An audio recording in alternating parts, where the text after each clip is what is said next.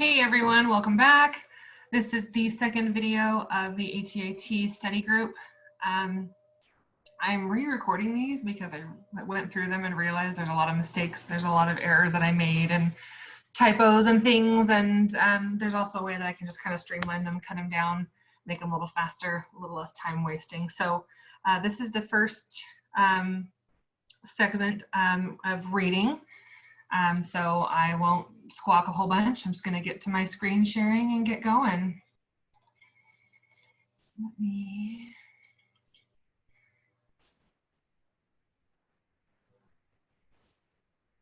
Okay. Let me come down here. Start here. Okay, so again, here's my sense of humor coming out. This is exactly how I feel when I see someone walking into the testing center. May the odds be ever in your favor. Reading. The last lecture was an hour and 20 minutes because I didn't break it down properly. So today we are just going to focus on key ideas and supporting details. The 22 question portion of the reading, summarizing a complex text, inferring the logical conclusion from a reading selection, identify the topic, main idea, and supporting details, follow a given set of instructions, identify specific information from a printed communication, identify information from a graphic representation of information, recognize events in a sequence. What I'm going to do, and the questions are coming directly from the ATI TEAS study manual. What I'm going to do is, as we go through this, there's going to be key ideas that you'll need to know as we get ready to enter into these questions, and the objectives that need to be identified with the questions and the questions that you'll face. These are the objectives that you should know. I'm gonna, when we get to the actual practice question slide, I won't read it. You can just pause it, read it yourself, and then we'll go through the questions together. I hope that makes sense. It'll probably make more sense as we actually go through it and you see what I'm talking about. So let's keep moving on. I'm gonna get a drink first. My husband and my kids are also out of town. That's why my house is so nice and quiet. So I'm going to try to record as many of these today as I possibly can and fix as many of my errors as I possibly can. We'll see if I am successful. Moving on.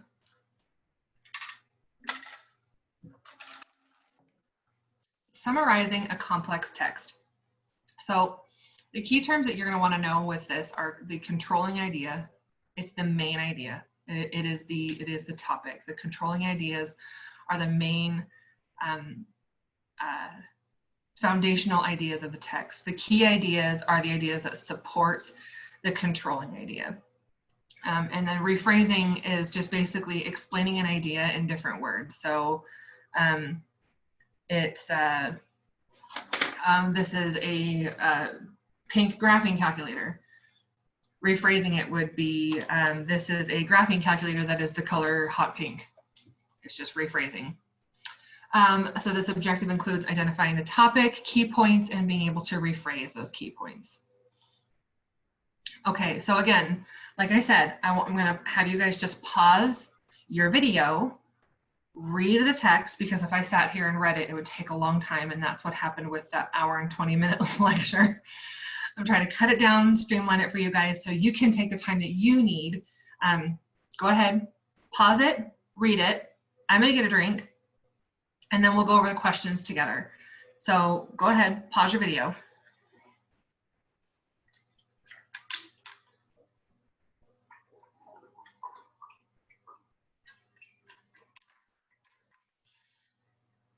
Okay, question number 1. Which of the following titles best synthesizes the key ideas? Remember, those key ideas are those supporting ideas. It's not the foundational idea, it's those supporting ones. So find a hobby, find social media, find a hobby, find affirmative results, find a hobby, find peace, find a hobby, find a friend. Well, let's true or false these. Remember how we looked at the last, we went over crushing those tricky questions. Let's true or false this. Well, find a hobby is in all of these answers. So there's an aspect of them that's partially right. We need to eliminate the answers that are wrong. Find a hobby, find a friend. That is false. One of the first positive effect is that it alleviates stress. It's not about finding a friend.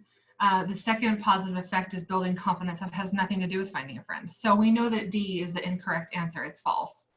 Find a hobby, find peace. Well, we know that C, with finding peace, it only summarizes the first point.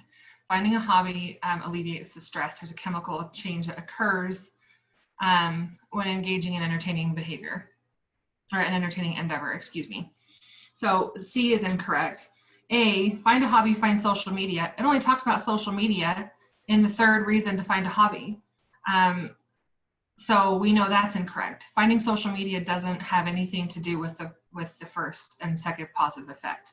So B is the correct answer because it's true. Finding a hobby, find affirmative results, best synthesizes the key idea. That's true. Okay, which of the following is the topic of the passage? Choosing a hobby, positive effects of a hobby, chemical change, or social media? Well, again, let's look at these answers and kind of like find the false ones. We know it's not D. Social media is not the topic of the passage. We know that chemical change is not the topic of the passage.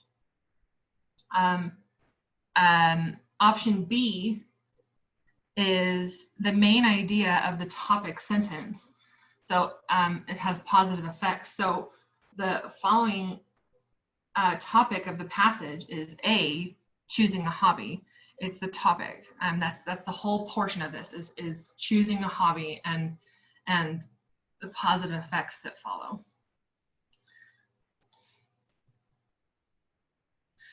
Infer the logical conclusion from a reading section. I also edited this because the last time I did this, I didn't know that my video is up here in the corner. And so it was cutting off some of these headings, so I had to edit those. So key terms. Anyway, moving on. Conclusion is a deduction made by a reader about an unstated outcome from a reading passage. Explicit is something that is clearly stated. This is a hot pink graphing calculator. It explicitly states it's a hot pink graphing calculator. An implication is something not clearly stated. So it could be a, so if it was implied that this is it could be implied that this is a pink electronic device. So there would be no different way to differentiate because it's implying that it's a pink electronic device. There'd be no differentiating between the pink cell phone because they're both implying that they're pink electronic devices. I hope that makes sense, like understanding explicit versus implications. An inference is a conclusion reached by critical thinking, and logic is the framework of reasoning used to understand ideas. So we need to be able to use inferences based on information given.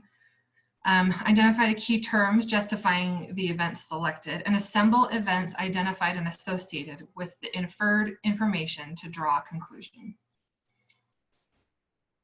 Again, pause, read, we'll go over the questions.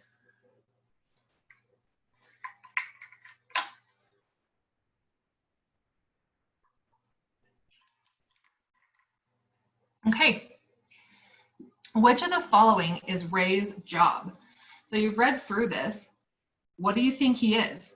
Well, a farrier is somebody, I believe, who shoes horses. I think it's someone who actually like puts the horse shoes on the horses.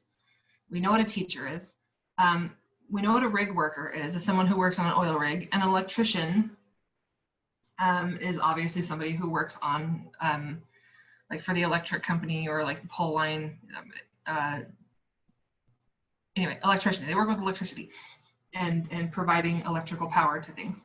So there's no mention of horses at all in this. So we can differentiate, we can deduct that he is not a farrier. Teachers wouldn't be 2 weeks away constantly. I doubt he's a teacher. And also teachers, unless he's like a shop teacher, I don't know why he would have muddy, oily clothes. Rig worker, that's the correct answer. Like, he's muddy, oily clothes. 2 weeks away. I mean, these rig workers literally go away for a couple of weeks and then they come back. Electrician, I mean, electricians can get muddy and oily, but there's no reason for them to be away for 2 weeks. I mean, maybe if they were gone for some kind of, again, like a conference or something, but that's not a regular schedule for electricians. The correct answer is C, rig worker. That's what we can kind of imply. That's what this implies that his job is. Which of the following phrases helps the reader assemble the events of this passage? First thing, on top of, separate from, with the kids. Now again, we're looking at events, not locations. On top of and separate from and with the kids are all describing a location.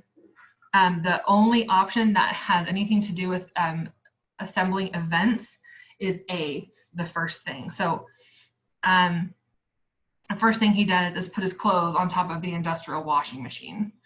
The other options, again, they only provide location. So like, he puts his clothes on top of. It doesn't say that, it doesn't have anything to do with sequence. Does that make sense? So on top of,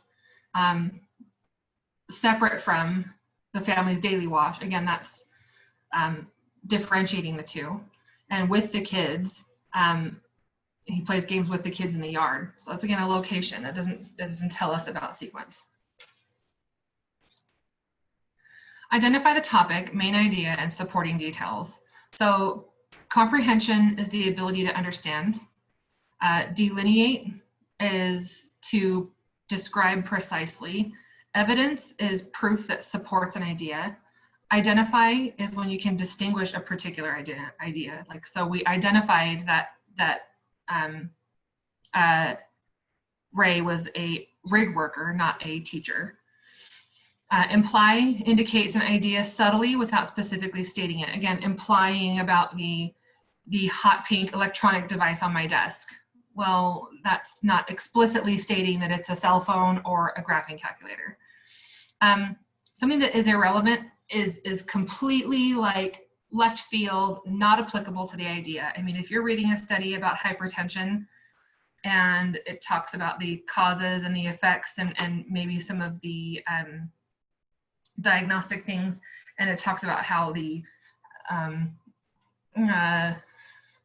something super random, like how the video game industry is on the rise. That's completely irrelevant. I don't even know why that's there. It doesn't even matter. Reason is a basis or fact to support an idea. So like, what's your reason behind it?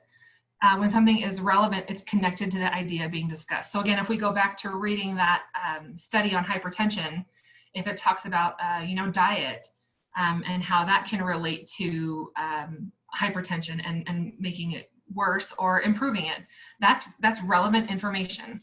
And the topic, again, is just the subject of a text. So with these questions, we need to determine the topic, the main idea, and explain how supporting details support the main idea. Again, pause, read, unpause. We'll come back to the questions.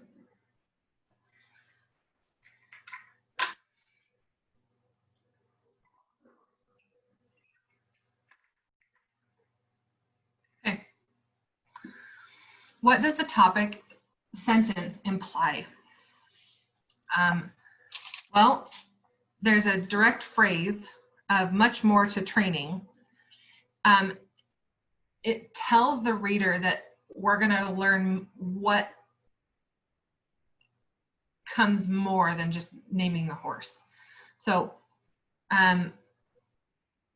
it's implying that naming a horse is important, but it's not the entire aspect of training the horse.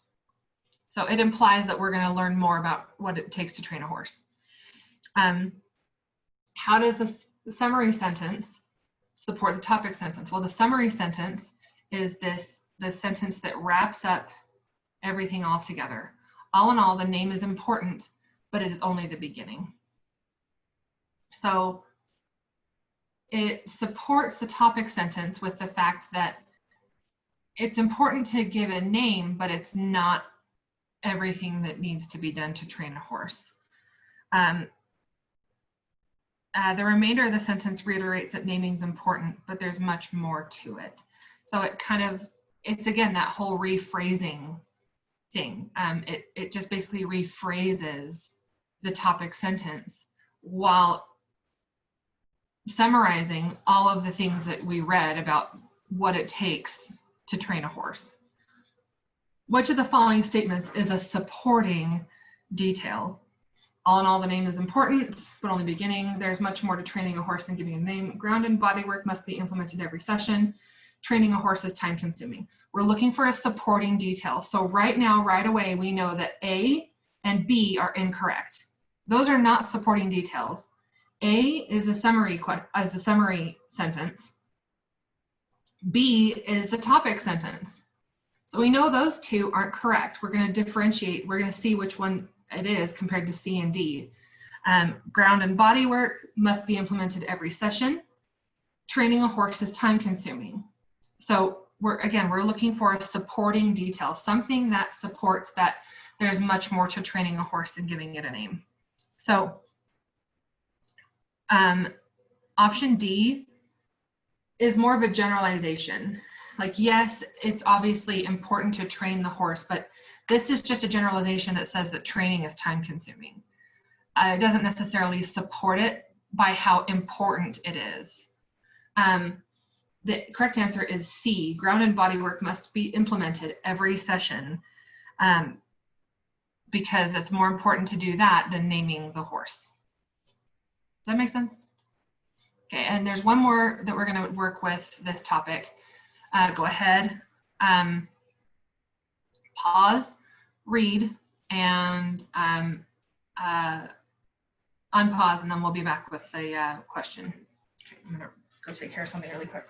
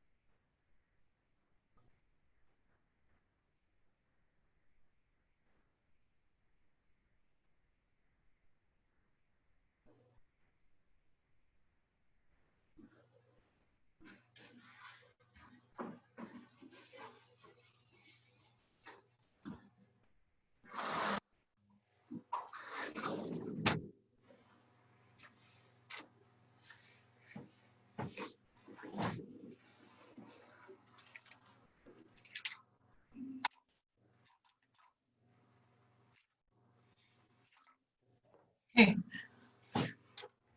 Which of the following statements is the topic sentence? Okay, remember we're looking for that first sentence in this entire text. So let's look for the first sentence. Okay, well, it's D. Due to the high levels of rain this spring, residents of Garfield Street are warned to prepare for flooding by collecting and storing valuables and finding shelter for pets. That's the topic sentence, because all of these other ones are supporting, like ways that they can prepare for flooding. They can consider purchasing a rental space. They need to put valuables in that rental space of photo albums, letters, financial records, things that kind of can't be replaced. And it talks about how to protect your pets. So again, all A, B, and C are all supporting statements to this D topic sentence. It's not too general. That tells residents to prepare for flooding, yet it's specific of what they can do of the steps, and these steps reiterate that. Anyway, so I hope that makes sense. Sorry for the delay. Follow a given set of directions. So when we edit, we need to correct errors in a piece of writing. The procedure is process for writing, editing, and revision. Revision is rewriting a piece of text. Sequence is the logical order in writing. So with these questions, or with this next piece, you need to be able to recognize the relationship among steps in a procedure, identify the key terms that signify order, and follow question directives such as choose all that apply. All right, so again, I'm going to pause, read, and then we'll go over the questions. I think this will go a lot faster. I think this is going to cut a lot of time out, make it easier for you guys.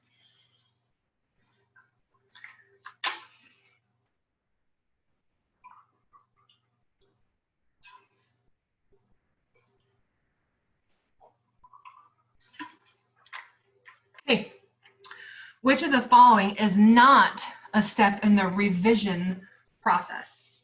So as we look at the revision process, let's first find it. Well, it's not the pre-writing process, it's not the draft. Let's look at the revision process. 4 components. First, let's look at the draft and add information. Well, let's try to find that in our answers. Add information. Well, that's there, so that's not our answer. Second, author must rearrange the text so the flow, pace, and sequence of the events are in logical order. B, rearrange the text. That's there. That's not our answer. Third, author must remove any unnecessary information or description. Well, there. D, remove unnecessary information. Let's see if the last step is C. Okay. Fourth, author must identify weak information or description and replace with effective text. Edit the sentences. That's not there.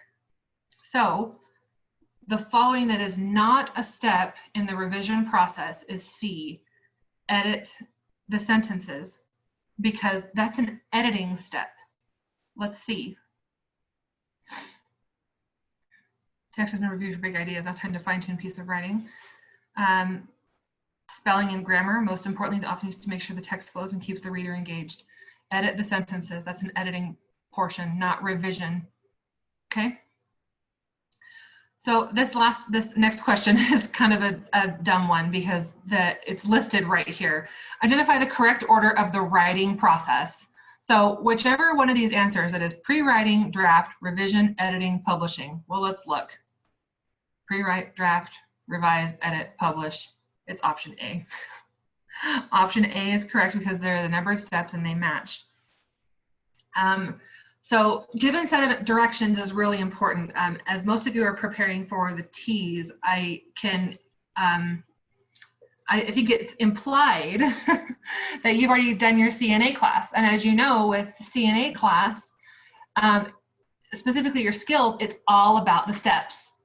You have to be able to follow a given set of directions. And if you can follow the given set of directions from CNA class, you can certainly move on to be an RN and train to be an RN with those set of instructions, because things like sterile field, even like a head to toe assessment, those are a given set of directions and steps that you need to follow that are really important. So anyway, moving on.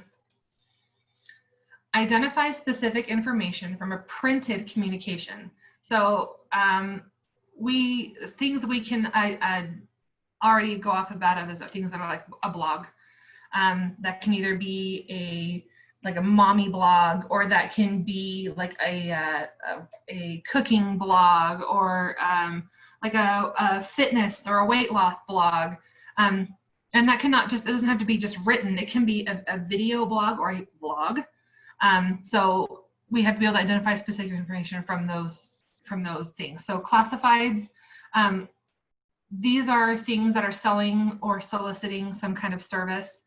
It used to be in the newspaper, but now we have things like Facebook Marketplace, Craigslist, Etsy, eBay. We can even sell on Amazon. So that's a classified. Exclamatory is with strong emotion. A forum is an online message board where people can post and reply to comments and things. Rhetorical is used for effect only, not for meaning. And a memorandum, we know it as a memo. Like, did you get the memo? Did you get the business memo about our meeting next week? Blah, blah, blah, whatever. So this objective includes using printed communications, memos, posted announcements, classified ads. We need to be able to find the relevant information in them and recognize various parts of printed communication. So pause, read this memo right here from the superintendent's office to the teaching staff.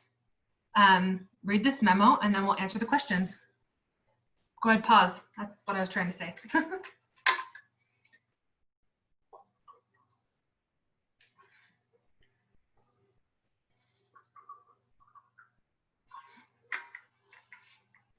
Which of these describes how an attendee can get a reservation in the correct hotel? Email the hotel, call the specified phone number, fill out the voucher, click the registration link. Well, let's look. Let's read through this. Registration is just to click on the registration and complete the questions for these summer training sessions. So that's not how we get a reservation in the hotel. D is the incorrect answer. The fill out the voucher, that's for the stipend. Please fill out the attached invoice and turn into the business office by August 13. So that's not the correct answer. Call the specified phone number. Where's my tab? Call the specified phone number. When making a hotel reservation, please call 555-478-7272 and mention School District 6 block of rooms. B is the correct answer. You call the specified phone number because there is no way to email the hotel here. It specifically says to call the specified phone number to get a reservation in the correct hotel. Which of the following, and this is not something we talked about, this question. So I'll just kind of explain it as we go through it. Which of the following identifies 4 features of a printed public announcement? And to save time, I'm just going to go straight to the right answer. And the correct answer is C. There needs to be the name of the organization, the message, the supporting detail, and information link. Option A, name of an item, message, supporting detail, and a lot of color. Color is nice, but it's not one of the 4 features of a printed public announcement. B, again, the organization, supporting detail, information link. Correct spelling is optimally ideal. I know that as you kind of go through things and you get like an email about some kind of like coupon code, or if you're looking at things on a website, or even like a Craigslist ad and there's something misspelled, it just kind of irks you. You're like, oh my gosh, really? You couldn't correct that? You couldn't check that again? And I'm sure I have a lot of typos in these. So like, yeah, it's really important to have correct spelling, but that's not one of the 4 features of a printed public announcement. And then again, with D, images, that's nice to kind of have some like visuals on there, but unless it is part of the supporting detail, it's not important. It's not important. It's not one of those 4 features. So the correct answer is C. You need to have the name of the organization, the message, the supporting detail, information link. So again, like if we used it to this memo over here, the organization is the superintendent's office. The message is offering 3 summer training sessions, all the supporting details of registration accommodations, and information link. Like there's a link for further information. So it's important to have those. It's important to have those.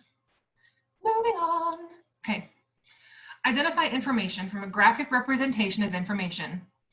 Graphic is a diagram, graph, illustration, or other piece of work. Legend. I was really confused when I read this because I've always known as the legend as the map key. So that's the thing that has the symbols and like the scale, the compass. The legend is the map feature that explains symbols and other elements. So if you think of legend, think of key. Representation, how something is expressed, like how it's represented, and a scale is the ratio of distance expressed to actual measurement. So like if you pull up Google Maps and you're pulling up directions to your friend's house or whatever, you know, you're going to look at a map that's about this big, but this is actually 20 miles with to this little tiny scale. So although it may only be 4 or 5 inches in length and width and height, you know, this is a square foot. It's a picture of square footage of 100 miles. Does that make sense? So it's a scale. It's just a ratio. So we need to be able to read a graphic representation, identifying relevant information, recognizing visuals, graphics, and figures within a text, and locate the important information from a graphic representation. I literally took this photo out of the book, so I apologize if you can't see it clearly. I tried to retake it and do it again. I even tried to scan it to see if that would give me something better. And because I didn't want to annihilate the book and like pull the actual page out and scan it, this is the best I got. So I apologize, but you can see this is the these are the voting territories in the year 1860. So we've got Republicans over here with the diagonal lines. These are remaining territories right here, this like light gray. We have Southern Democratic here with these straight lines. And right in here, it's hard to tell, but these are constitutional unions with like a little squiggly line. And up here, again, we have more diagonal lines. Northern Democratic is this dark gray that's right here. And you can see it right here on these pie charts as well. Here's the diagonal, squiggly, straight up and down, dark gray. Which of the following is the number of remaining territories in 1860? So although we're looking at a map, I want to treat this kind of like the math questions, where we look at the answers first before we try to find the solution. So we have 10, we have 7, we have 5, and 11. So, okay, let's now count the remaining territories in 1860. So here's 1, 2, 3, 4, 5, 6, 7. 7 is one of the answers. B is our answer. 10, there would be too many. 5, there wouldn't be enough. And 11, again, there's too many. So B is the correct answer. The legend displays the gray remaining territories. Which of the following is the percentage of the electoral vote Douglas received? Well, let's look at our map key. Here's Lincoln, here's Breckinridge, here's Bell, here's Douglas. Douglas is this dark color. Well, we're not going to get numbers from here. We have to come over here to our pie charts. Now we're looking for the electoral vote. We're not looking for the popular vote. We're up here looking at this for the electoral vote. 24, 19, 4, 13. Well, 9 isn't even one of these options. Here's 24, but that's for Breckinridge. Here's 13. Oh, come on. And that's for Bell. Here's 59. That's for Lincoln. 4, Douglas, Northern Democratic. C is the answer. Who was the most popular candidate in 1860? Well, let's see. Popular vote was 40%, and that was Lincoln. So he was the most popular candidate in 1860. Because again, we're not looking for the electoral vote, we're looking for the popular vote. And what was the spread between the most and second most popular candidates? So what we need to do is we need to find the difference between 40 and 29. So 29 subtracted from 40 is 11. So Lincoln beat Douglas by an 11% spread. So that's how we would answer a question like that. What was the spread between the most and second most popular candidates? You would subtract 29 from 40, and that would give you your answer. Okay, recognize events in a sequence. So chronological is in order by time, and sequential follows a set order. So something can be chronological and sequential, but something cannot be sequential and chronological. Does that make sense? So because chronological is an order by time, sequential is something that is just an order. So like, let's say that I have a chore chart for my children, and at 9 a.m. they wipe off the breakfast table, and 9:30 we sit down and have breakfast. 10 o'clock we start our schoolwork. Well, yes, we want to do things in that order, and with that time frame, but let's say that the table was already cleaned off and cleared off, and we went out for breakfast. So first, what we did is we sat down and we did schoolwork because the table was already cleared off, and we didn't sit down at the breakfast table to have breakfast. So that's kind of how it can be, you know, sequential can't be chronological and vice versa. So the objective we want to focus on is understanding the concept of sequence. Locate the words or phrases that indicate sequence, again, that first, second, third, and identify a language that indicates time. Today, tomorrow, in 2 hours, 15 minutes, whatever. Okay, so again, I'm going to pause, read, and then unpause when you're ready to move on to the questions. This is going so much faster!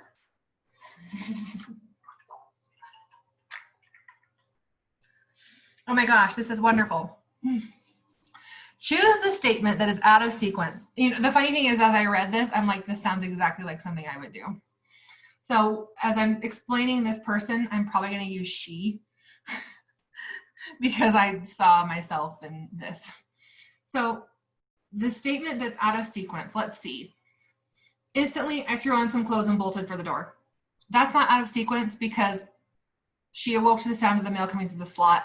Instantly, she threw on some clothes and bolted for the door. After what seemed like forever, arrived at work, and everyone was entering the front of the office building. So that's following the pattern. So even though that may not be an actual term of sequence or time, it is a thing of sequence. Like after what seemed like forever, I arrived at work. Since this crazy experience, I've made it a point to set my alarm clock. We'll come back to that. But looking back, it wasn't the mail coming through the slot in the door. C and D are flip-flopped in this. And what I mean by that is, excuse me, D is incorrect because the author is looking retrospectively. They're looking back at something that woke them with the sound that came through the door. If I was going to edit this, I would put this sentence. I would take looking back, and I'd put it here before after what seemed like forever, because it indicates sequence and the that whole chronological process of okay, well, I threw on some clothes, bolted for the door, rarely have to hurry, so I left without a cup of coffee. Looking back, it wasn't the mail coming through the slot in the door. Instead, I think it was ice falling on the porch. And then we move on to after what seemed like forever. She arrived at work, and then since this crazy experience, I've made it a point to set my alarm clock. So although D, it's incorrect and it's retrospect, the summary needs to be C. So the correct answer is C. It's out of sequence because it's the signal phrase, you know, since this crazy experience, I've made a point to set my alarm clock. That's kind of a closing statement that just kind of wraps this all up. Like so since this entire thing, I've made it a point to set my alarm clock and have the most obnoxious alarm possible. That's not what it says, but that's exactly what I have to do.